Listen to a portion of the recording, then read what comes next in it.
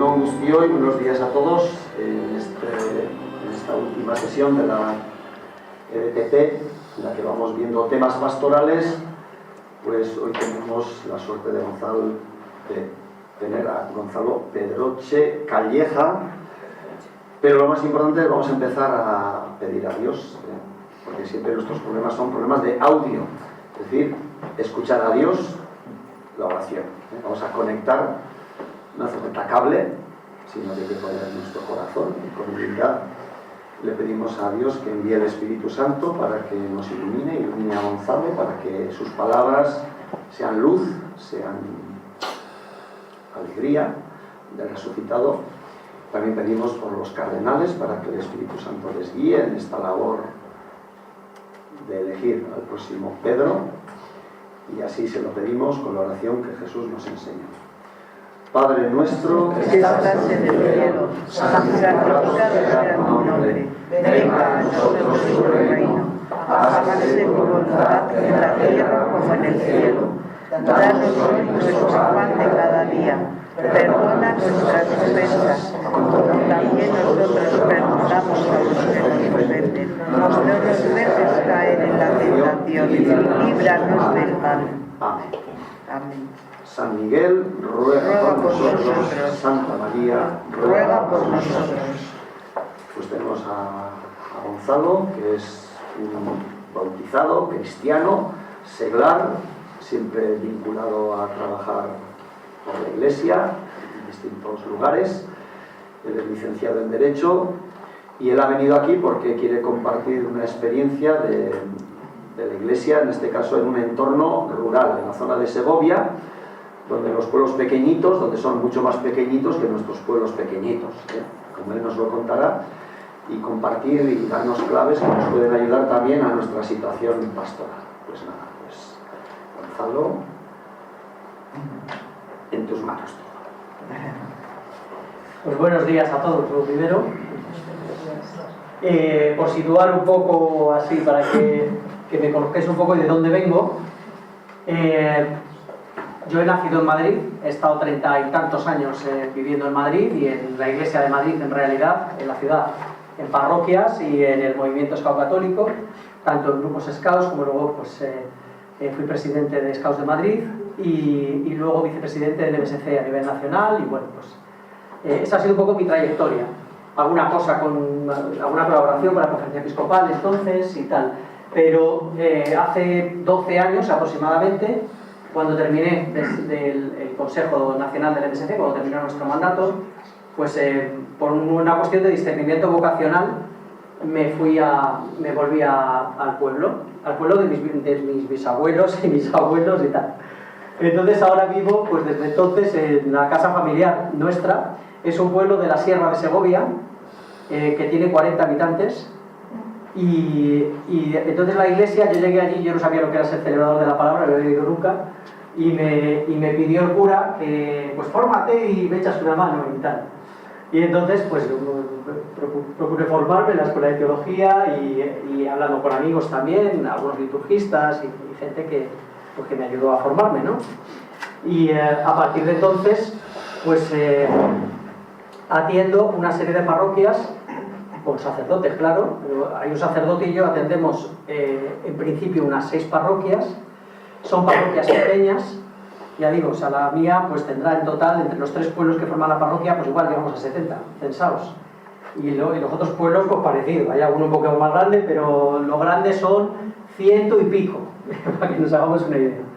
En un arciprestazgo, que es el de Sepúlveda y Pedraza, que a lo mejor os suenan estos pueblos, pero en total va desde el sur de la provincia, lindando con Madrid, hasta el norte, lindando con Burgos. Tardamos 45 minutos en ir de un lado a otro, o más, pero en total son 53 parroquias y unas 3.000 personas censadas solo.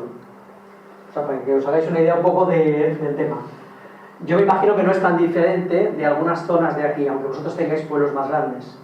Pero probablemente hay cosas que son parecidas, porque al final la gente, los cristianos que estamos en zona rural, pues tenemos una realidad razonablemente parecida, estemos donde estemos, ¿no? Entonces, bueno, pues conozco Zamarce desde hace mucho tiempo. y he venido por aquí de vez en cuando, siempre es una alegría venir, y también sobre todo compartir con gente que está en situaciones parecidas, porque un problema que podemos tener en la Iglesia es que estamos tan volcados en nuestra propia situación que no nos damos cuenta de que hay otra gente que está pensando, haciendo cosas, viendo cosas, analizando, haciendo pruebas, y es muy interesante siempre, es necesario, yo creo, que entendamos que la Iglesia somos todos y que siempre tenemos un montón de cosas que aprender de los demás. A mí me gusta mucho venir y compartir en ese sentido, pues eso, puntos de vista, reflexiones y tal. Cada uno de la gente que trabajamos en la zona rural, igual que los que trabajan en zona urbana, pues al final tendremos nuestro punto de vista.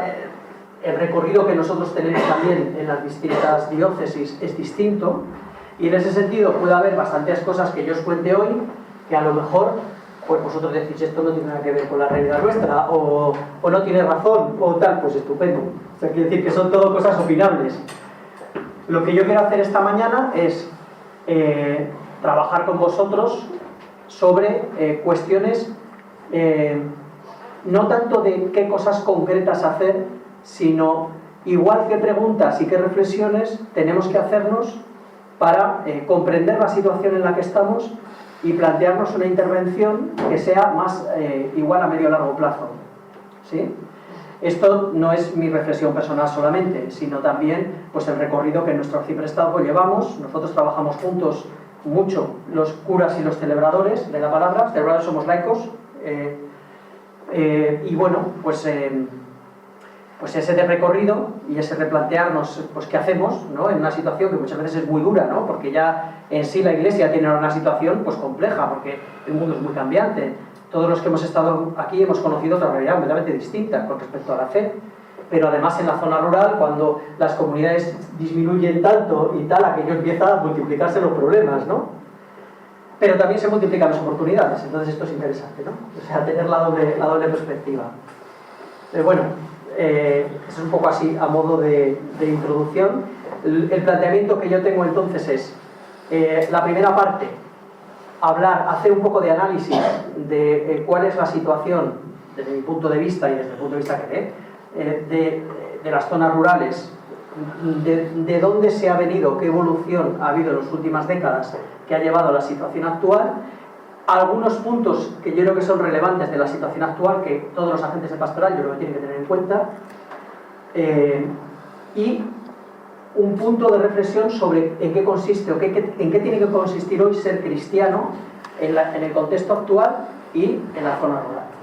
Y luego la segunda parte está más enfocada a la comunidad, y es una reflexión sobre qué tipo de comunidad es la que tenemos que pensar para el campo, o sea, qué tipo de estructura también tiene que atender el campo en dos claves: a nivel pastoral, es decir, cuando yo hable de pastoral me voy a referir a la atención del rebaño, o sea, de la gente que es cristiana, ¿no? Eso entiendo yo que es la pastoral fundamentalmente, ¿no? El pastoreo de los cristianos.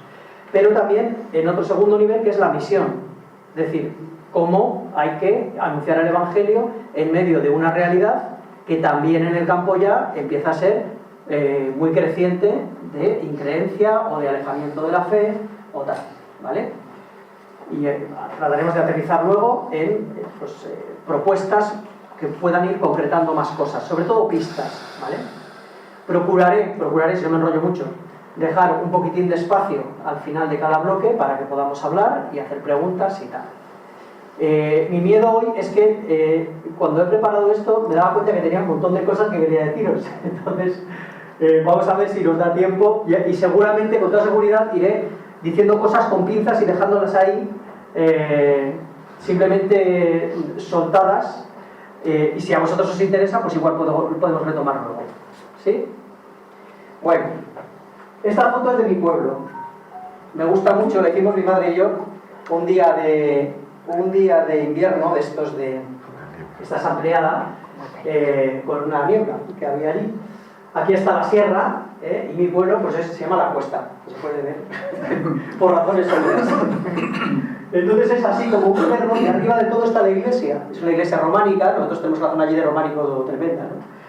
Y son comunidades muy antiguas, ¿no? Igual no tanto como las vuestras, pero son comunidades muy antiguas, ¿no? De la repoblación. Y me gusta mucho porque la niebla es también una imagen que nos puede ayudar a entender la situación en la que estamos ahora en parte. O sea, a veces miramos y decimos, ¿y qué hay que hacer? ¿Y qué tenemos que hacer? ¿Qué podemos hacer? Y nos da la sensación de estar metidos allí en la niebla, cuando te metes en la niebla y no es nada a un metro, esa niebla cerrada.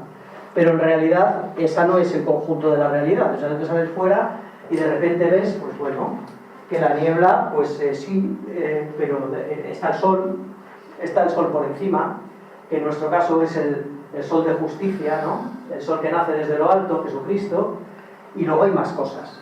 Entonces, a veces conviene distanciarse un poco y entonces ve uno la niebla y ve todo el asunto, ¿no? Y ve lo que nos dificulta, pero también otras cosas.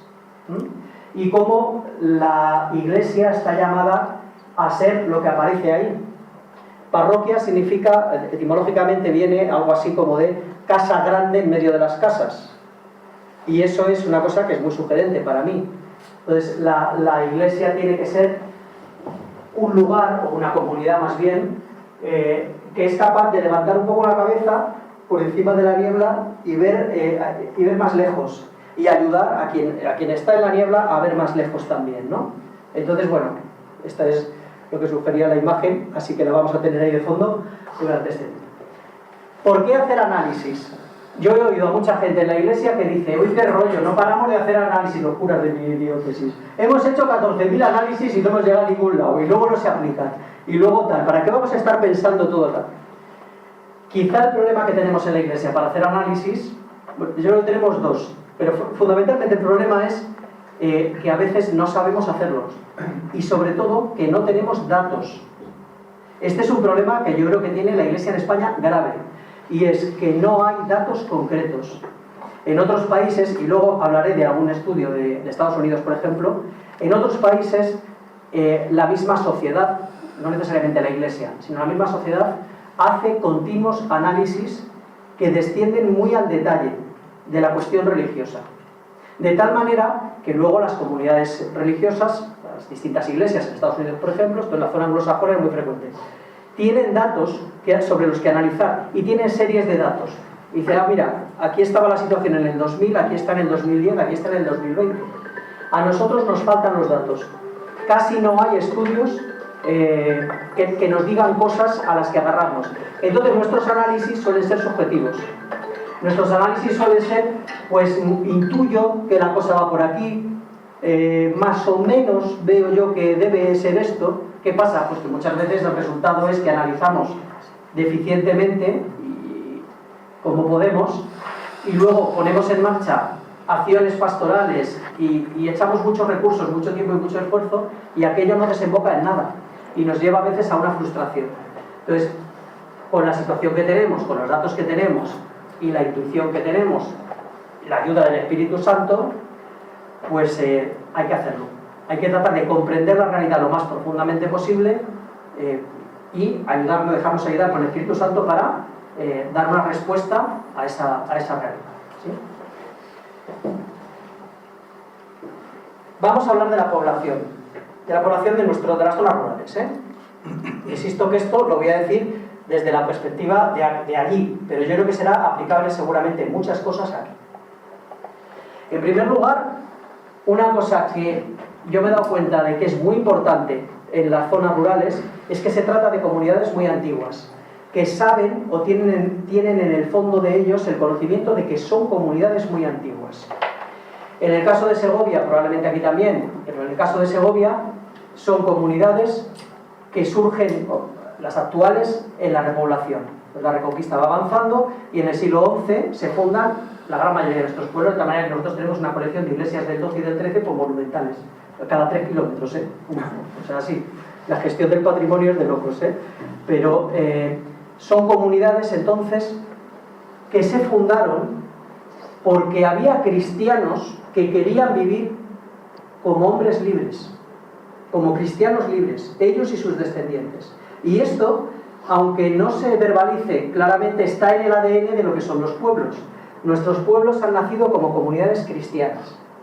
De hecho, eso es la identidad fundacional y fundamental que han tenido nuestros pueblos durante 1000 años. Porque, por ejemplo, nosotros Dice, Segovia es Castilla, sí, pero los topónimos, o sea, los nombres de los pueblos nos indican muchas veces que los repobladores fueron gente que venía de muchos sitios. Nosotros tenemos pueblos que se llaman aragoneses, gallegos, narros, decía esta mañana que es navarros, tenemos 2 pueblos en Segovia, repoblados por navarros según el topónimo. Francos, gascones. Esto lo que indica es que en realidad no eran castellanos, era gente que venían, eran cristianos, que venían pues, de distintas zonas y fundaron nuestros pueblos como comunidades cristianas. La parroquia se funda a la vez que se funda el pueblo. Y lo primero que se hace es construir la casa de Dios en medio del pueblo. Esto está en el ADN, está en el ADN nuestro durante 1000 años. Por eso, el momento que estamos atravesando ahora es un momento que es un cataclismo, realmente, aunque no lo veamos. Es un cambio fortísimo sobre una realidad que se ha mantenido muy estable a nivel religioso y a nivel social durante 1000 años. En nuestra zona, las familias de los pueblos siguen siendo las familias repobladoras. Tú vas a los cementerios y hay 5 apellidos combinados. Y las familias conservan todavía, muchas de ellas, por ejemplo la mía, el recuerdo incluso de dónde está la sepultura de sus familiares en la iglesia. Allí se sentaban las madres, aquí no sé cómo se sentaréis, pero las madres allí se sentaban sobre la sepultura, la mujer, ¿no? Mayor de la casa. Y luego eso, entonces cuando llegan a veces curas que desconocen estas cosas, dicen, hay que ver, todos desparramados por la iglesia, en vez de juntarse todos, esto es una cosa más comunitaria y tal, ya, pero es que la gente está sobre su sepultura. Y eso también está indicando una verdad de fe tan fuerte como que la iglesia somos los vivos y los difuntos y tal. Yo cuando a veces estoy sola en la iglesia rezando el oficio, que me pasa a veces, y llega alguien y dice, ay, pero tú aquí solo, digo, uy, qué vas. Pero tú sabes la de feligresia que tiene esta parroquia desde el siglo XI. Estamos todos aquí juntos en la liturgia. Entonces, este trasfondo hay que tenerlo en cuenta. Hay que tenerlo en cuenta. Y lo que supone realmente de quiebra lo que está ocurriendo ahora con respecto a de dónde venimos. En los años 60, 70 y 80 también, se produce una tormenta perfecta, digamos, a nivel eclesiástico y a nivel civil. Allí los pueblos en muy poco tiempo casi se quedaron despoblados, mermaron la población salvajemente, porque se industrializó rápidamente el campo, entonces aquello no daba para vivir toda la gente que vivía antes del campo. Hubo una emigración a las ciudades, sobre todo a Madrid, pero también a Bilbao, a Barcelona, a Valladolid, muy fuerte, y de repente en las comunidades se quedaron, pero vamos, en cuestión de pocos años, reducidas a una cuarta parte en muchos pueblos. Por otra parte, a nivel religioso coincide pues con el concilio y sobre todo con el posconcilio. Y entonces de repente se produce una secularización masiva de buena parte del clero. Cuando yo nací, yo tengo 48 años, voy a hacer 49, aunque parezca más mayor. Es un truco para que mi madre parezca más joven. Cuando yo nací todavía había un cura por cada pueblo. A los 2 años había un cura para 5 pueblos. Claro, el que el cura estuviera viviendo en el pueblo, fuera un vecino más, estaba allí, era el cura. O sea, era parte de lo que era el pueblo. A que de repente el cura esté lejos y venga los domingos solo. Que la iglesia pasara a todas las iglesias de los pueblos a tener misa diaria, por mucho que estuviera allí el cura y una señora que le acompañaba al sacristán. Pero había misa diaria, se tocaban las campanas, por la tarde el rosario y tal, a que de repente las iglesias se abrían para el domingo a la misa y se cerraban y hasta el domingo que viene. Es un cambio muy fuerte. También la liturgia, por ejemplo, el cambio litúrgico en los pueblos que en general son sociedades bastante conservadoras, produjo pues estos enfoques como a veces una cierta zozobra. Yo tengo un sacristán en una parroquia que me dice, el otro día me decía, nosotros es que de pequeños nos sabíamos la misa en latín y ya sabíamos lo que había que hacer, dónde había que poner el misal y tal y estas cosas. Y luego llegó la liturgia. La liturgia era la reforma litúrgica, pero ellos alguna parte por lo menos no lo vivieron pacíficamente. Bueno, pero lo vivieron más porque pues nada, pues vale, pues haremos esto. Pero mientras que en las ciudades yo creo que las comunidades cristianas en general recibieron la reforma litúrgica como con mucho de, oye, esto es una cosa nueva, de repente.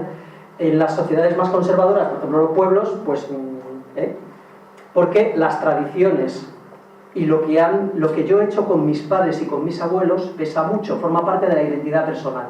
Por eso también nuestros templos, las imágenes, las tradiciones, las procesiones, todas esas cosas tocan mucho la fibra sensible porque forman parte de tu identidad personal.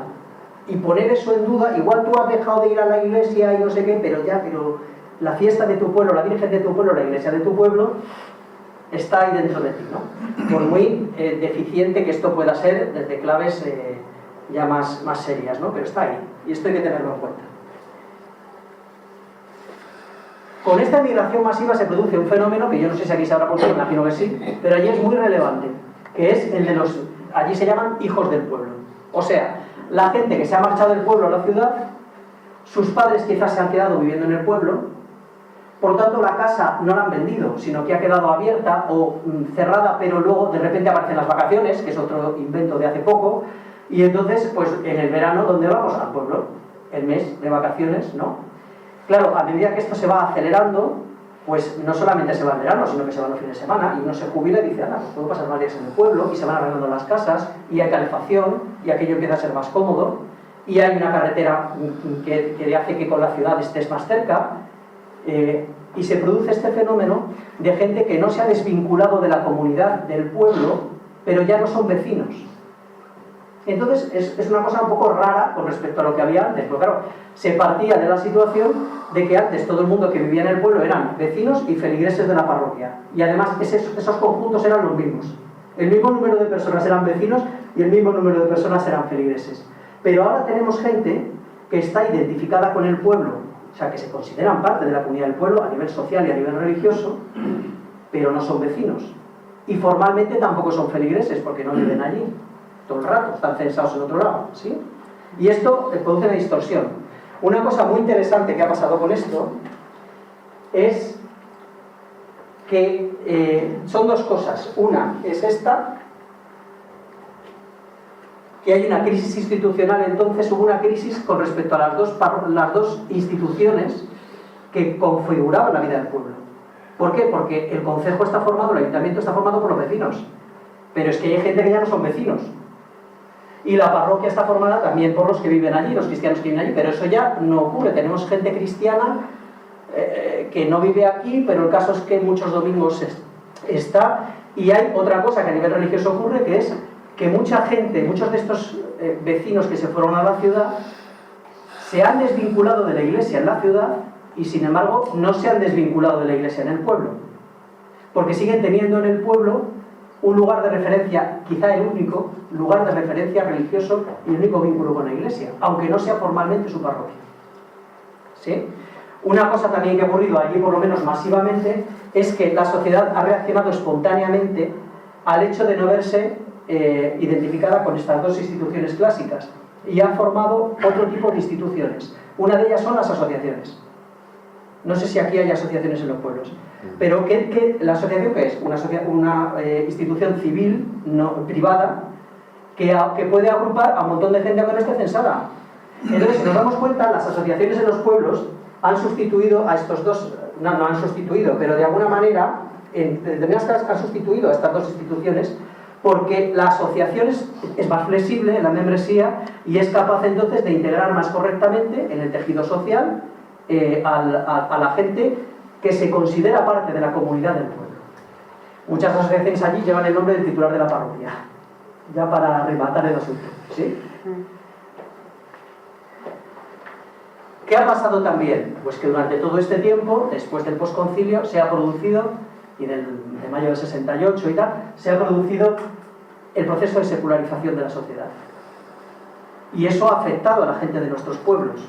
En los pueblos probablemente la secularización ha entrado más tarde que en las ciudades. Ojo que también la evangelización parece que entró más tarde. Y las últimas zonas en ser evangelizadas, o las más reacias a ser evangelizadas en la antigüedad, parece que fue el campo. Entonces, claro, el peligro que tiene esto es que una vez que entra la secularización en el campo, igual luego levantarlo, esto es más complicado que en entornos urbanos. Pero esto es así. Entonces, ese proceso de secularización que se ha producido probablemente ha entrado en los pueblos a través de estos hijos del pueblo que están a caballo entre la ciudad y el pueblo. ¿Qué ha ocurrido? Pues que los signos de identidad de nuestros pueblos, que si vosotros pensáis en vuestros pueblos, dices, ¿qué es las cosas más importantes de mi pueblo? Eso suelen ser religiosas. La iglesia, la fiesta, ¿no? Estos signos de identidad se han sufrido un proceso de resignificación. Esto de resignificación es una palabra que ahora está muy de moda, pues se dice la resignificación del Valle de los Caídos y todas estas cosas, ¿no? Pero resignificar es que algo, la misma cosa, que ha tenido un sentido y un significado para gente en un determinado momento, cambia de significado, y para las personas que les han sucedido en varias generaciones, lo mismo exactamente significa otra cosa. Por ejemplo, las fiestas, las procesiones. En nuestros pueblos tenemos multitud de fiestas y procesiones, una cosa loca. Entonces, ¿qué pasa? Que en las fiestas del pueblo, pues pueblos que domingo tras domingo, bueno, en el invierno, 3, 4 personas y tal, ¿no? Pero llega la fiesta del pueblo y la iglesia abarrotada de gente el día de la fiesta, porque además luego pues hay danzas en la procesión, danzas de palos que tenemos ahí, paloteos, imagino que por aquí tendréis cosas parecidas, ¿no? Y entonces, claro, la fiesta del pueblo y la procesión especialmente, pero también la misa, es una cosa que toda la gente que se identifica con ese pueblo es una cosa suya. Es un signo de identidad. ¿Qué pasa? Pues que yo, cuando estoy celebrando la misa allí con ellos, a veces tengo una sensación muy extraña, no sé si os habrá pasado a vosotros, de decir, pero estamos celebrando la misa, la iglesia está llena de gente, y yo que les conozco sé perfectamente que para la mayoría de esta gente, esto que estamos haciendo significa otra cosa radicalmente distinta que para mí. Esta gente acude a misa el día de la fiesta porque es lo que han visto hacer con sus padres y ellos repiten eso, es su signo de identidad. Pero la misa, para ellos, es otra cosa. Muchísima gente de la que hay no cree que esté Jesucristo presente, por ejemplo. No creen quizá en Dios directamente o vagamente así tal. Entonces yo a veces tengo la sensación de como una invasión en mi intimidad, esos huesitos. De como si tú estuvieras en una situación íntima y hubiera gente así mirándote. La resignificación entonces de las cosas religiosas del pueblo es algo sobre lo que nosotros tenemos que pensar. ¿Por qué? Porque hay actividades, acciones pastorales, litúrgicas, sobre todo pues, devocionales, que hemos realizado en los pueblos, que en un momento dado de la historia de esa comunidad han tenido un pleno sentido cristiano, que ahora pueden no tenerlo. En cualquier caso, también podemos llamarnos a engaño cuando nos parece que vemos el día de la fiesta y la gente llena, y danzando y llorando viendo salir al santo en procesión, pero eso no significa que sean cristianos necesariamente. Entonces, esta es una cosa que es muy difícil de gestionar en los pueblos. ¿Por qué? Porque claro, lo religioso, esos signos religiosos siguen siendo sus signos de identidad fundamentales, ¿no? Pero ya no son lo que fueron para sus padres. Lo mismo es, las mismas danzas, el mismo recorrido de procesión, lo mismo, tiene otro significado. Otro fenómeno que tenemos por allí, igual tenéis vosotros también, es que al campo han venido cristianos que no son originariamente de la comunidad y que son de procedencia urbana. Muchos de ellos son cristianos. En la experiencia nuestra en la Sierra de Segovia, daos cuenta de que nosotros estamos a 1:15 de Madrid, es una zona muy bonita, de prados, fresca, para el verano ideal y tal, ¿no? Estos cristianos suelen, tenemos que generalizar, pero suelen tener algunas características en común. Y es que, claro, ellos tienen un cristianismo urbano, en el cual es muy relevante la ortodoxia doctrinal muchas veces y el cumplimiento, por ejemplo, de la celebración del domingo, de la misa, pero no les interesa en absoluto la cuestión comunitaria. Entonces, por ejemplo, mientras que a la gente de los pueblos y a los hijos del pueblo les cuesta horrores salir de su parroquia para celebrar la misa en otro pueblo, que eso es como una traición a tus antepasados, vamos, una cosa y tal. Esto no solamente no tiene ningún problema en ir de un lado a otro, sino que a veces tienen actitudes que yo les veo que no se dan cuenta. Pero, por ejemplo, en la procesión del pueblo, que para la gente del pueblo es lo más grande que hay en este mundo y lo más importante de fe, pues ellos terminan la misa y se marchan a casa. Con lo cual los del pueblo les miran, claro, se sienten casi ofendidos con estas cosas, ¿no? Entonces son dos perfiles muy distintos. Claro, dices, hombre, pues lo ideal es integrarles, porque realmente se puede complementar. O sea, porque unos aportan, pues probablemente una mayor formación en materia cristiana y un mayor sentido de, bueno, pues yo como cristiano a nivel personal tengo, mi vida tiene que tener determinadas cosas que hay que hacer, por ejemplo, ir a misa el domingo, pero sin embargo están ausentes de la comunidad, porque viven en un entorno urbano donde las parroquias se han convertido muchas veces en un supermercado o en un conjunto de supermercados de sacramentos, de expendedores de sacramentos, y de, pues yo no sé ni cuál es mi parroquia, o sea, yo voy allá porque me viene bien hasta ahora, porque me gusta lo que dice el cura, porque tal y cual. Esa es la experiencia urbana, la parroquia está difuminada, mientras que en el pueblo no. En el pueblo la comunidad es lo fundamental. Y luego, si vamos a misa el domingo ya es secundario, ¿no? Evidentemente todo tiene, como podéis observar, su lado bueno y su lado malo. La experiencia nuestra es que esta coexistencia de ambos perfiles es muy complicada y que casi no tenemos situaciones de éxito, francamente, de cómo trabajar esto bien y de cómo se pueden entrelazar estas personas. No solo ocurre en lo religioso, ¿eh? El otro día me decía una señora que sus padres tenían casa en uno de nuestros pueblos desde hace muchísimas décadas. Ella tiene ya por lo menos 55 años. Decía, yo siempre seré la de Madrid. Y es verdad. Dice, y el alcalde me ha visto nacer, pero siempre seré la de Madrid.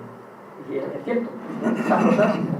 También los de Madrid hay que reconocer, digo los de Madrid porque es el perfil que tenemos nosotros allí, ¿no? Mayoritario, que tienden también a mirar un poco a la gente de los pueblos a veces así por encima del hombro, ¿eh? O sea, entonces hay como una sospecha entre los unos y los otros. No sé si os pasa por ahí. Otro perfil que también estamos empezando a tener en determinadas zonas, otros pueblos un poco más grandes, con más profusión, es la inmigración. ¿Qué tipo de inmigrantes tenemos? Pues tenemos, por una parte, inmigración que viene de Hispanoamérica. Claro, dices, hombre, pues hablan castellano, entonces, bueno, hablan español. Yo creo que el castellano lo hablamos nosotros. Entonces, son dos cosas un poco distintas, ¿no? Pero ciertamente es una población con la que resulta más fácil entenderse. Aparentemente ellos vienen de ser cristianos o de una cultura más o menos cristiana, parecida a la nuestra, más parecida es muy difícil. Pero ciertamente, ¿dónde están los problemas? Pues los problemas están en que su forma de relacionarse comunitariamente con los demás. Incluso yo he visto problemas en cuanto a la cercanía física a los demás, y porque ellos necesitan, muchos de ellos, ¿no? Pues ser muy cariñosos, que abrazan, que no sé qué. Nosotros a veces nos sentimos hasta invadidos. Bueno, que corra el aire, pero ellos no, ellos necesitan que no corra el aire, y eso se puede, ellos igual leen que es que no les quieres, que les desprecias y tal, y nosotros leemos que por favor, que me estoy poniendo nervioso, ¿eh? Entonces, a nivel religioso, ¿qué ha ocurrido? Casi masivamente, en Segovia por lo menos, la inmigración hispanoamericana ha tendido a formar comunidades protestantes evangélicas. No se ha integrado en las parroquias y nosotros no hemos sido capaces de integrarlas. Porque claro, llegan a una parroquia de aquí y lo que ven es una cosa completamente seria, formal, cada uno en un sitio, ellos no lo entienden. Las asambleas, decimos aleluya y a veces parece que estamos diciendo que acompaña el sufrimiento.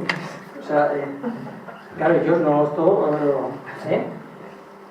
lo entienden, no se sienten acogidos, no hay nadie que les diga bienvenido, qué bien que has venido, vente a casa a tomar un café. Yo aquí no sé cómo llevaréis lo de entrar en las casas ajenas, allí es imposible. O sea, entonces se dice que en el castellano su casa es su castillo, pues literal, pero para la gente de la sierra más. Entonces, cuanto más arriba estamos y más pequeños son los pueblos, más difícil resulta entrar en una casa. Claro, esto es imaginaos el choque cultural de toda esta gente. Y por otra parte, ya hay una penetración muy grande de protestantismo evangélico. Cuando hablo de protestantismo, me voy a referir al protestantismo evangélico, no al protestantismo clásico, luterano, anglicano, sino al evangélico, que es el último puño y que en buena medida es una evolución del protestantismo en Estados Unidos en el siglo XIX, del siglo XIX para adelante. Entonces, esta gente viene ya de una penetración fuerte de protestantismo evangélico en América. Y llegan aquí y gente incluso que ha sido católica allí se hacen pastores protestantes. Claro, ¿por qué también? Porque es muy fácil.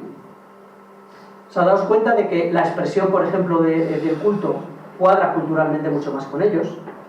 El sentido de comunidad cuadra mucho más, son ellos, son iglesias casi nacionales que se forman, o comunidades racionales. Y luego, claro, para ser ministro protestante evangélico no tienes que ir al seminario. O sea, tú, pues, de repente eres pastor y te puedes a predicar con la Biblia en la mano y chipum. Y no necesitas una iglesia o un lugar sagrado que esté consagrado, no tienes reserva del Santísimo. Coges, te reúnes en casas, esto, o sea, es muy flexible y es muy fácil. Nosotros, a nivel estructural, lo tenemos mucho más complicado, ¿eh? Nosotros tenemos una jerarquía, entonces, bueno, a ver qué dice el párroco, y el obispo le parecerá bien que haga esta iniciativa. Los protestantes no. Entonces cogen y dicen, el Señor me ha enviado a la misión, pues allá vamos. Y eso es una cosa, ojo, de la que hay que aprender también, ¿eh?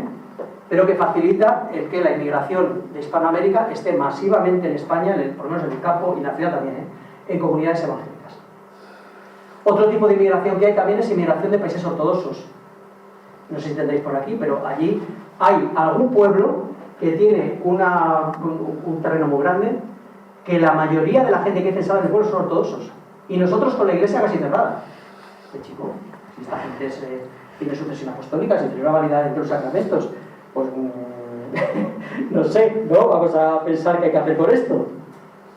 Ellos, los ortodoxos, entonces son otro mundo que nosotros a veces desconocemos. Y mira que estamos infinitamente más cerca de ellos que por ejemplo, de los protestantes evangélicos. También hay inmigración musulmana, en algunos sitios mucha. Otro fenómeno que es muy interesante y que yo creo que se nos pasa a veces por alto es esta población de lo que se llama neoruralismo.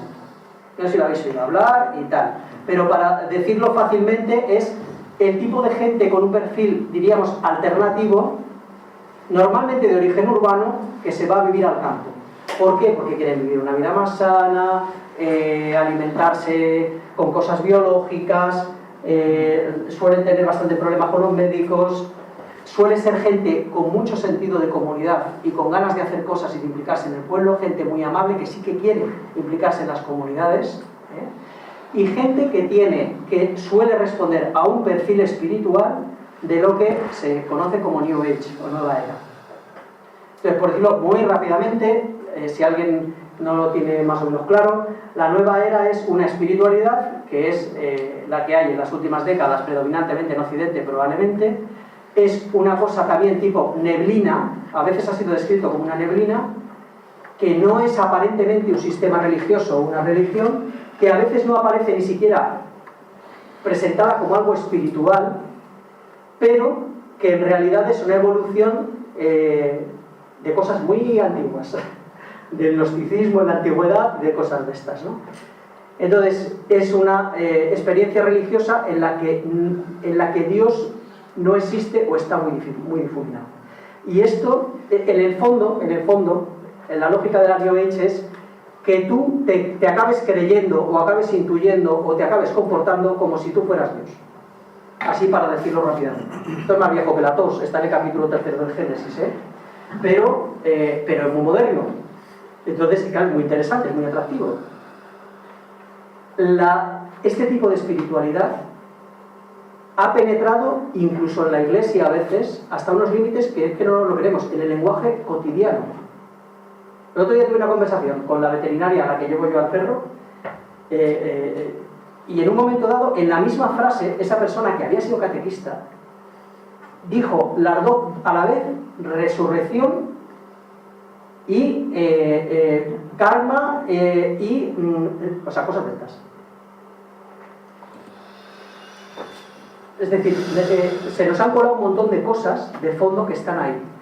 ¿Y qué pasa? Que para nosotros a veces vemos que hay una persona que es muy espiritual, pero no es religiosa, y decimos, hombre, pues esto será bueno, porque es bueno, o sea, que sea malo, porque lo peor de todo es la indiferencia, ¿no? Pero hay gente que vemos que tiene una espiritualidad y nosotros decimos, pues eso le acabará conduciendo a Cristo, o no. Entonces, yo creo que nosotros tenemos un déficit muy grande de comprender qué es esto y de estar formados en esto. Hay gente en la iglesia que lo trabaja, pero muy poca. Y es muy importante porque tenemos mucha población de esta en el campo, y a veces se nos acercan a la iglesia o tienen contacto con nosotros o cosas de estas. Es algo que tenemos que revisar. Hay incluso se ha hecho alguna tesis doctoral, por ejemplo, en Argentina, sobre este tema, sobre espiritualidad y neoruralismo, pero es una cosa que casi tampoco está estudiada, o yo por lo menos no he encontrado muchas cosas. Y luego, vinculado también a veces con esto, tenemos, por lo menos allí, empieza a haber una experiencia de nuevos conversos. Personas que muchas veces se convierten ya muy mayores o bastante mayores y que vienen muchas veces de un recorrido, a veces muy tortuoso, por estos campos de la espiritualidad alternativa, oriental, cosas así. Yo, por ejemplo, ahora llevo un año y pico acompañando a una persona de mi pueblo que era budista, ha sido 30 años siendo budista y viene de este mundo. Esto yo lo empiezo a ver con bastante frecuencia en determinados ambientes y además en la zona rural en concreto. ¿Qué ocurre? Que a veces hay personas que efectivamente de repente tienen una experiencia de conversión y nosotros no sabemos correctamente qué ha ocurrido ni cuál es el trasfondo del que vienen. Y entonces no somos capaces de acompañarles correctamente. Porque una cosa es convertirte, o sea, un encuentro personal con Jesucristo que de repente te deja noqueado y dices, ya sé que Jesús es el Señor. Ya sé que Jesús es mi Salvador y que le necesito. Entonces dices, vale, se ha producido, efectivamente. Pero una cosa es convertirse y otra cosa es ser un discípulo. Y para pasar de la conversión a convertirte en un discípulo, hace falta un recorrido. Y ese recorrido tiene que ser correctamente acompañado. Cuando en la experiencia que yo estoy teniendo de acompañar personas en estas claves, me doy cuenta, por ejemplo, de que hay cosas que a lo mejor nosotros damos por hecho, pero la gente que viene de determinados trasfondos no es capaz de diferenciar correctamente entre Dios y la realidad. Dios y lo creado, quiero decir. Entre Dios y lo creado. Cosas por el estilo, para que os hagáis una idea. O sea, el cambio, claro, no es simplemente que tú afirmes la verdad desde el credo, sino que tu esquema religioso del que vienes, que no es un esquema cristiano, sino un esquema pagano, se transforme para convertirse en un esquema religioso cristiano y te conviertas en un discípulo de Jesús. Y estas son cosas que a veces son complicadas. Yo tampoco encuentro mucha gente que a veces, yo pregunto a un montón de gente, pero ¿hay alguien que trabaje estas cosas o que las haya estudiado o qué tal? Pues tampoco encuentro mucho. Y esto yo creo que va a más, O sea, yo creo que es lo que vamos a tener en los próximos años de la gente que se nos arrima a la iglesia, Por tanto hay que saber de estas cosas. Sobre la atención pastoral voy a decir dos cosas simplemente que son puntos que allí son relevantes. Probablemente aquí no lo sean en parte, pero yo os lo cuento. En el campo hay muchos sacerdotes, aquí y allí, completamente entregados y además vocacionados al campo. Y es que todos lo saben, ya está. Tenemos todos los nombres en la cabeza de efectivamente, este tío está aquí a muerte, ¿no? Luego también hay muchos sacerdotes de diócesis rurales que tienden a irse hacia la ciudad lo máximo posible, porque es más cómodo. Pero hay muchos sacerdotes que hacen una tarea, y agentes de pastoral, que hacen una tarea verdaderamente encomiable. Dicho esto, os digo dos cosas que allí son también problemáticas. No quiere decir que sean malas, sino que tienen cosas buenas y generan problemas.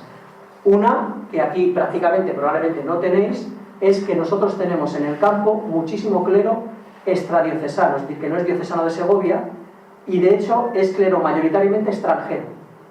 A veces, por ejemplo, de lengua francesa, caso de mi párroco. A veces son colombianos, venezolanos, sí, a veces son africanos. Entonces, claro, y vienen por un periodo corto de tiempo. Vienen a lo mejor a estudiar, entonces están 3 años. Yo llevo 12 años en la cuesta y llevo 4 párrocos camino del quinto. Claro, en una sociedad que es la del campo, que requiere estabilidad, porque eso de penetrar en una casa igual te cuesta 15 años de estar allí de cuerpo presente, tocar las campanas y que la gente diga, sí, este es el de la iglesia. Y entonces ya igual un día te dejan entrar en una casa. Bueno, cuando los curas duran 3 años, tú le preguntas a alguien de mi pueblo cómo se llaman los nombres de los últimos 4 curas y no lo saben. No se acuerdan. Los choques culturales a veces son tan fuertes. Yo recuerdo, por ejemplo, una de mi pueblo que me decía, el cura de ahora, ¿de dónde es? ¿De Marruecos? No, si en Marruecos casi no hay. Si en Marruecos casi no hay cristianos, bueno, pues entonces es de para allá. Para allá. Este es el horizonte que a veces está allá. Es así la cosa. O sea,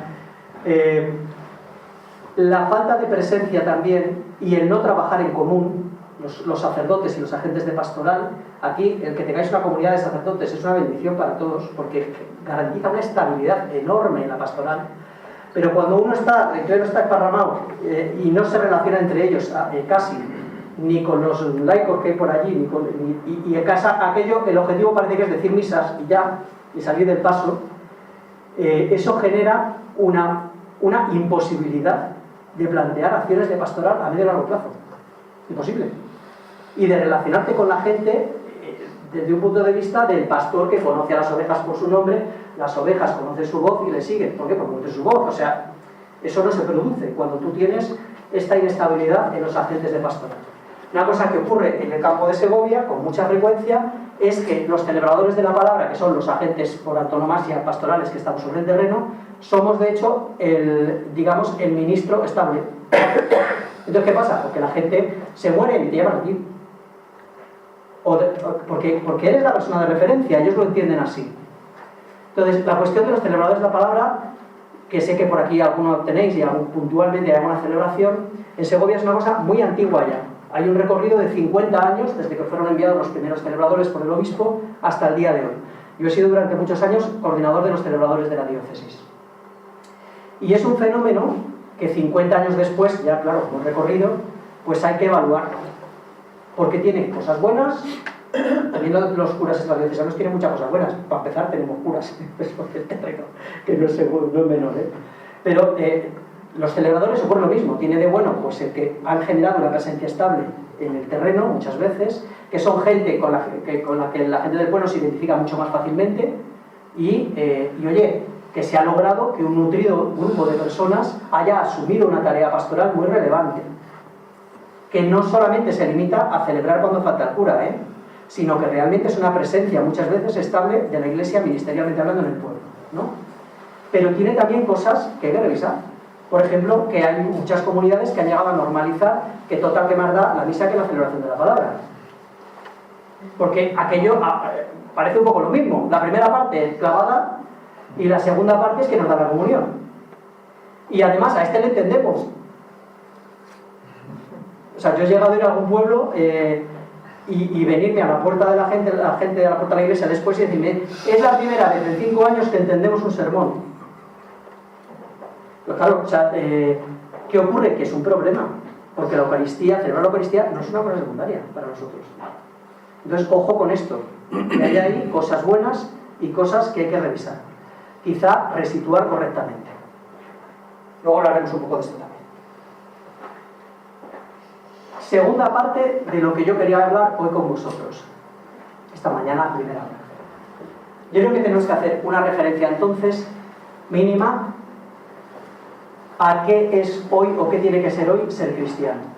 Y especialmente lo tenemos que pensar en nuestros pueblos. ¿Por qué? Porque corremos el peligro a veces de decir, la pastoral, pues vamos a pensar en estructuras, proyectos, estrategias y tal, pero ser cristiano, lo fundamental es ser cristiano. O sea, que realmente dejemos a Jesucristo actuar. Por eso la oración, por ejemplo, y la liturgia es una cosa absolutamente central en cualquier cosa que nosotros vayamos a plantearnos. Tenemos que dejar a Jesucristo actuar y nosotros ser. Yo creo que en el mundo de hoy, mucho más que nunca, el testimonio es una cosa fundamental. Y el testimonio se produce por 2 cosas.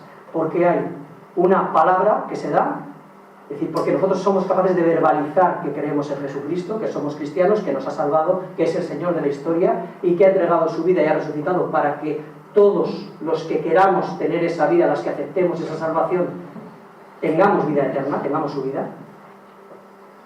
Pero por otra parte, porque esa palabra va acompañada de signos. O sea, porque los hechos de nuestra vida pues se corresponden con lo que decimos. Porque si no, no se da el testimonio. La gente dice, esta gente son los hipócritas, esto mucho ir a misa y tal, pero luego tal, ¿no? Si nos damos cuenta, Jesús actuaba así. En todo el ministerio público de Jesús se suceden, y muchas veces están alternados, o los evangelios los presentan, a veces alternados, a veces agrupados, pero seguidos, la palabra, la predicación oral, y los signos, que es la predicación por la vía de los hechos. De tal modo, esto lo dicen los Hechos de los Apóstoles también, ¿no?, que los signos confirmaban la predicación. Esto es inseparable hoy. Por tanto, lo central, si queremos hacer una intervención pastoral y misionera en cualquier sitio, pero en el campo también, es que nosotros seamos cristianos. ¿Y eso qué es hoy? ¿Qué fue ayer? Podemos empezar por decir, ¿no? ¿De dónde venimos? Pues de un catolicismo ambiental. Cuando yo nací, pues todo el mundo decía que era católico, aparentemente se era católico, ¿no? En los pueblos todavía más que en las ciudades. Y entonces, pues había eso, un ambiente católico, se ha llamado muchas veces cristiandad también, o sea que el cristianismo de alguna manera impregnaba todo, toda la sociedad, toda la cultura, todo el mundo era cristiano o católico, ¿no? Todos hemos nacido en esta situación. ¿Qué pasa? Porque todo el mundo tenía una formación católica básica también. ¿Por qué? Porque todo el mundo había ido a catequesis, ¿no? Había la clase de religión, todo el mundo había nacido más o menos en una familia cristiana, sabían aquello de las historias sagradas y estas cositas, ¿no? Pues 4 cosas básicas teníamos todo. El catecismo, el de Ascete ese de preguntas y respuestas, que la gente se lo sabía. O sea, no eran catecismos complicados, eran preguntas, respuestas. Entonces, bueno, pues la gente las respuestas más o menos y tal. Otra cosa que también había era un consenso moral básico en la sociedad.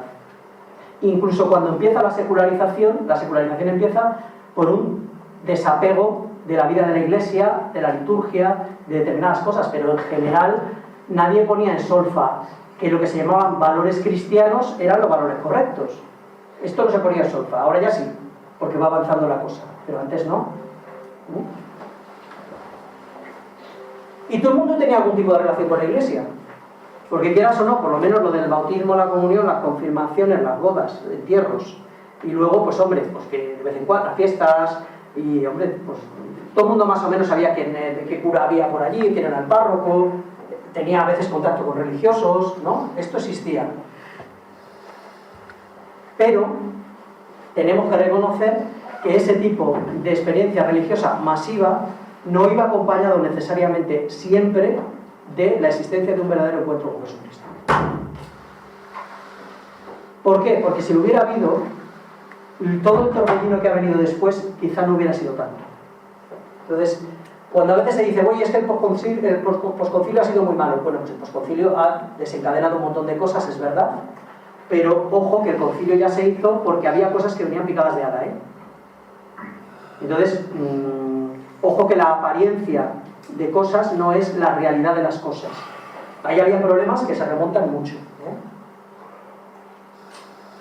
Se habla, en la iglesia muchas veces, ha habido muchos papas, por ejemplo, también, que han hablado de que ha habido una apostasía silenciosa. ¿Qué es la apostasía? La apostasía es la renuncia al bautismo, la renuncia a la fe. Entonces se dice, en Europa, en Occidente, ha habido una apostasía masiva y una apostasía silenciosa. Pues es verdad, igual este es el resultado que estamos viendo, pero a veces no hemos caído en que para que se haya producido o llegado al punto de la apostasía, esto no es que uno un día se levante católico, apostólico y romano y al día siguiente haya apostatado, sino que ha habido procesos que en muchos casos han sido larguísimos, de décadas, ¿eh? De décadas. A mí me gusta hablar, por decir algo, por poner un término, más bien de una autoexcomunión silenciosa. Es decir, antes de apostatar, de decir, pues ya no soy creyente. Normalmente han pasado décadas en las que una persona se ha separado de la iglesia. ¿Se ha separado de qué? De los sacramentos, se ha separado de la vida de la comunidad, se ha separado del contacto con los pastores, se ha ido separando de la moral de la iglesia, ha ido construyendo un sistema de creencias ajeno al del cristianismo, y esto ha sido un proceso paulatino. La excomunión, vosotros sabéis, ahora que hemos tenido a las de Belorado, pues lo hemos visto todos en la tele, ¿no? Y entonces sale, el arzobispo de Burgos ha excomulgado a... Bueno, claro, pues son monjas ya la cosa es más, ¿no? Pero bueno, es como ha excomulgado. Claro, la excomunión es realmente una cosa muy gorda en la iglesia. Es la separación efectiva, no completa de la comunidad, pero es una cosa muy grave. Pero no caemos en que la excomunión es una cosa que puede dictar tu obispo o que puedes dictarte tú a ti mismo. Es decir, es que tú puedes decidir separarte de la comunión de la iglesia, que es lo que ha ocurrido masivamente, sin que nadie hayamos dicho nada. Es decir, en la antigüedad esto no hubiera pasado. Es decir, en la antigüedad, si alguien de la comunidad cristiana dejaba de celebrar el domingo repetidas veces, o dejaba de comulgar, o dejaba de tal, la misma comunidad, el obispo, el pastor, dice, ¿qué está pasando aquí? Esto no es compatible, o sea, que hay una cosa gravísima. Aquí hay una situación de autoexcomunión, de una excomunión impuesta, ¿eh? Bueno, pues nosotros, yo creo que nos ha pillado completamente noqueados en la Iglesia todo lo que está pasando y no hemos sido capaces quizá ni de ver hasta qué punto era gravísimo que la gente se separara de la comunión y de la vida de la Iglesia. Pero esto es lo que ha ocurrido durante mucho tiempo. Y tendremos a mucha gente que todavía está en este estado y que igual se muere en este estado. O sea, que no va a decir nunca he dejado de creer y de ser cristiano, pero se ha situado en una autoexcomunión y no parece que esto nos... Luego también a veces, claro, como estamos deseando que la gente vuelva a la iglesia y comulgue, nosotros mismos caemos en decir, ay, venga, pues genial, pues ven a la iglesia y venga, comulga. Bueno, vamos a ver que aquí hay una situación que esta persona viene de haberse separado efectivamente de la iglesia. O sea, eso es un proceso que hay que reconocer la gravedad y la trascendencia que tiene, que hay que acompañar correctamente para que de verdad haya una inserción correcta otra vez en la iglesia, no para que sin más tú llegas comulga y está todo en su sitio, o vas a misa y ya se ha acabado el asunto. Esto no es así, ¿no? Entonces, hemos tenido muchas décadas en las que nos hemos inventado estos términos, que es como hacer de la necesidad virtud. Es decir, los católicos no practicantes. Claro, pero puede haber católicos no practicantes. Porque que haya católicos no practicantes significa que hay católicos no practicantes. O sea, que puede ser católico y no practicar. Otro término que se utiliza mucho es católicos no comprometidos. Ah, pero entonces se puede ser católico y que no tenga nada que ver con tu vida esto. O sea, que a ti esto no te comprometa. O sea, puede ser que cumpla simplemente los preceptos del precepto dominical, el festivo y no sé qué tal y cual, y que formalmente te adhieras a la fe de la iglesia y esto no tenga nada que ver con tu vida, ¿no? Ni con tus relaciones con los demás, ni con nada. ¿Es posible esto? Estos términos, aunque pues tratan de explicar determinadas realidades, muchas veces nos han llevado, yo creo que a confusión. Pues no es posible, de verdad, ser un católico no comprometido y ser un católico no practicante. Esta mañana, en el oficio, salía el que los apóstoles enseñaban este modo de vida, decía en el oficio. Nosotros los apóstoles. Claro, que no es separable el cristianismo de la vida y no es separable el cristianismo de la liturgia, de los sacramentos. No es posible. Y otro término también muy famoso del concilio de Rahner es este de cristianos anónimos, que ya es la cuadratura del círculo. Que es decir, uno puede ser cristiano aunque no lo sepa. Bueno, seguro. Luego Rahner acabó diciendo que igual no era una expresión muy feliz. Pero ciertamente esto ha impregnado mucho también las últimas décadas de la Iglesia. Viene de una cosa bien intencionada, y es que el concilio afirmó que las personas que no formaban parte de la Iglesia, porque por determinadas cuestiones, podían acceder a la salvación. Y entonces este término trata de explicar esto. Pero ciertamente, ojo con estas cuestiones, ¿no? Porque nos pueden llevar a confusión. Aquí hay unas siglas que son DTP. ¿Esto qué significa?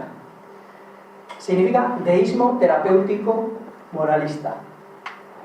No creo que hayáis oído hablar de esto, yo hasta hace poco tampoco, pero esto es un término que se ha acuñado en Estados Unidos, donde sí que hacen estudios. Y entonces, claro, ven cosas, ¿no?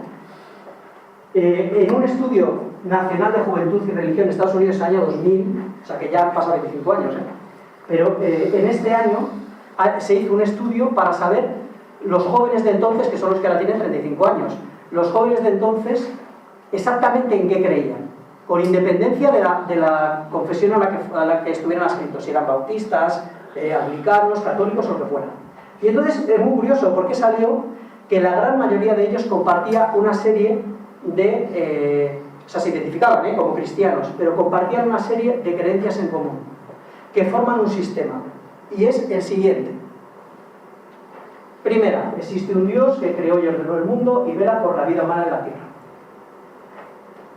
Segundo, Dios quiere que todas las personas sean buenas, agradables y justas entre sí, como enseña la Biblia y se enseña en la mayoría de las religiones. Tercero, el objetivo de la vida es ser feliz y sentirse bien consigo mismo. Cuarto, Dios no necesita estar muy involucrado en la vida de uno, salvo cuando necesitamos resolver algún problema. Quinto, la gente buena va al cielo cuando muere. Pero esto aparentemente tú lo miras y dices, bueno, pues hay muchas cosas que son verdad, ¿no? Y bueno, pues aparentemente es una cosa tal, pero claro, luego un poco empiezas a escarbar y dices, ya, pero aquí ¿dónde está la encarnación? ¿Dónde está la necesidad de un salvador externo? ¿Dónde está el pecado? ¿Dónde está la Trinidad? ¿Dónde está la Iglesia? ¿Es esto cristiano, este sistema?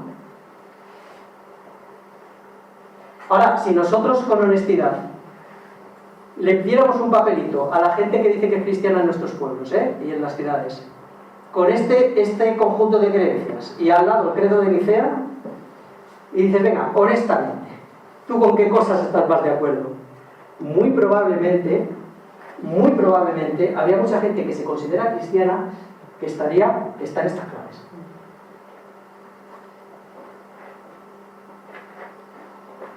Con toda la buena voluntad que se pone en las catequesis. ¿Cuántas catequesis no han girado en torno a estos contenidos? Y con toda cariño a los predicadores. ¿Cuántos sermones en las últimas décadas no han girado en torno a estos contenidos? Entonces, cuando tenemos una disociación entre lo que la gente cree, los que se consideran cristianos creen, y la fe de la Iglesia, tenemos un problema grave. A mí se me ha ocurrido últimamente que podemos hacer una comparación con la ideología de género y la autopercepción religiosa. Entonces, ¿qué es la ideología de género? Bueno, más o menos todos lo sabemos, ¿no? O sea, básicamente consiste en que hay que dar por hecho que lo que tú te sientes o te autopercibes es lo que eres. O sea, yo digo que me autopercibo mujer y por mucho que yo biológicamente sea un hombre, como yo me autopercibo mujer, mi realidad, y tú lo tienes que aceptar, es que yo soy una mujer, con mis barbas y todo. Ojo que esto podemos trasladarlo también a la lógica religiosa, es decir, porque tú dices, yo me autopercibo cristiano, yo soy cristiano, pero igual tu esquema de creencias, aquello no cuadra. O igual tu vida, ¿qué pasa ahí? O igual tú estás ajeno de la Iglesia, no formas parte del cuerpo de Cristo y no te parece interesante mucho, pero tú te autopercibes cristiano o católico. Ojo que la mayoría de los datos que nosotros tenemos, los pocos que tenemos de encuestas, para saber quién es católico, quién no es católico, tiene que ver con la autopercepción. La pregunta es usted católico? O sea, te autopercibes católico, pero como no descendemos a en qué consiste eso, pues vete tú a saber eso qué significa,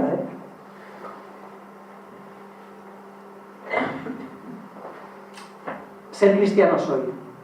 Ser cristiano soy, como en realidad toda la vida, significa, en primer lugar, que tenemos que salir de nuestra tierra. Y esto es el gran drama en nuestros pueblos. Esto, traducido a nuestros pueblos, es sal de tu parroquia, sal de tu iglesia parroquial.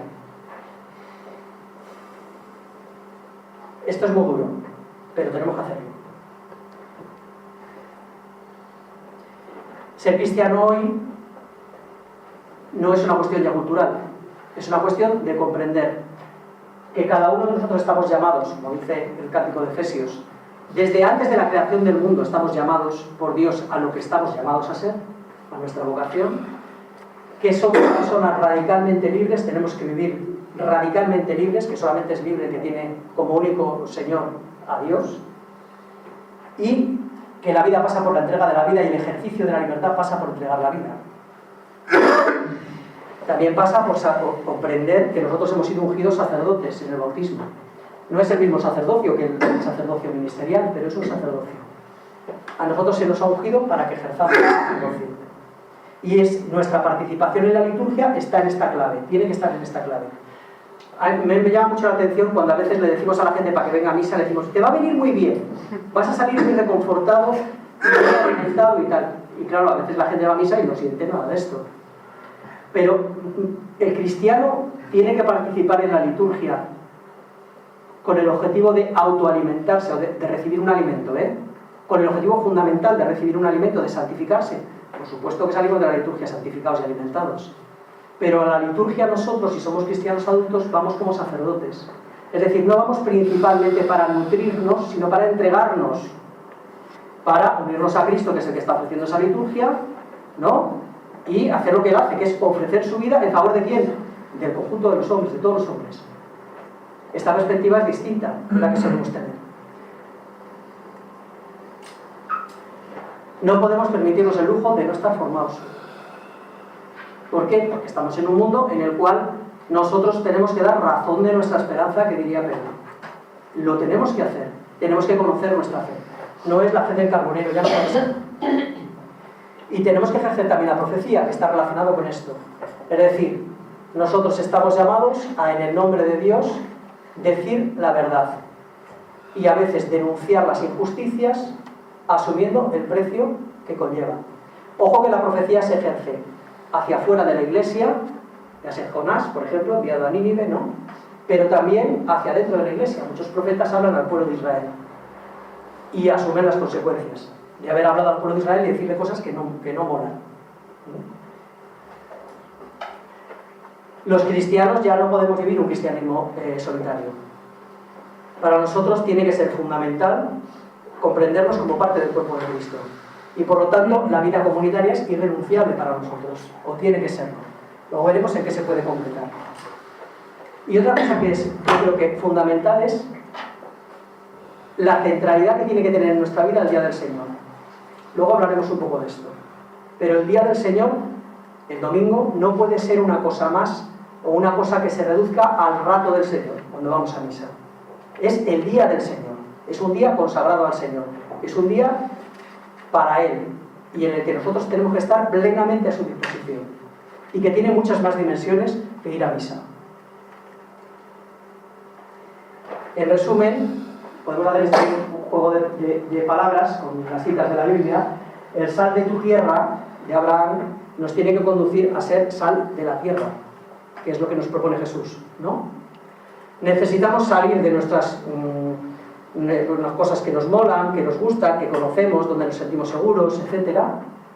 Si queremos de verdad volver a nuestra tierra para ser la sal. Hasta aquí la reflexión de la primera parte, que me debo haber pasado un cuarto de hora. ¿Sí?